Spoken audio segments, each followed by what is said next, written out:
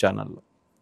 ఏం జరిగిందంటే దాంట్లో కొంతమంది ఢిల్లీలో ఉన్న రిపోర్టర్స్, ఇప్పుడు Malayalam channel news reporters, TV channel reporters ఒక 10 సంవత్సరాల ముందు లాలు టైంలో వీళ్ళు అక్కడికి వెళ్ళారంట. When Lalu was ruling 10-15 years ago పట్నాకి వెళ్ళారంట.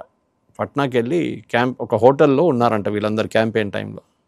ఒకరోజు రాత్రి కొంతమంది బంధువులు తీసుకొచ్చి వీళ్ళ దగ్గర అన్నీ గుంజుకున్నారంట. వాచ్ నుంచి చైన్లు, పర్సులు అన్నీ తీసుకెళ్ళిపోయారంట. లాస్ట్ దాంట్లో ఎవడో ఒకటి చెప్పినంట, మేము పోలీస్ స్టేషన్కి వెళ్ళి కంప్లైంట్ చేస్తామంటే వాళ్ళు బట్టలు కూడా ఇప్పేశారంట మొత్తం. ఇప్పుడు నువ్వు ఎట్లా పోలీస్ స్టేషన్ పోతావు చూసుకొని చెప్పి సూట్ కేసు కూడా తీసుకెళ్ళిపోయినంట వాళ్ళది. ఏం లేదు వాళ్ళ దగ్గర. లాస్ట్లో బెడ్షీట్ కప్పుకొని బయటకు వచ్చిందంట వాళ్ళు.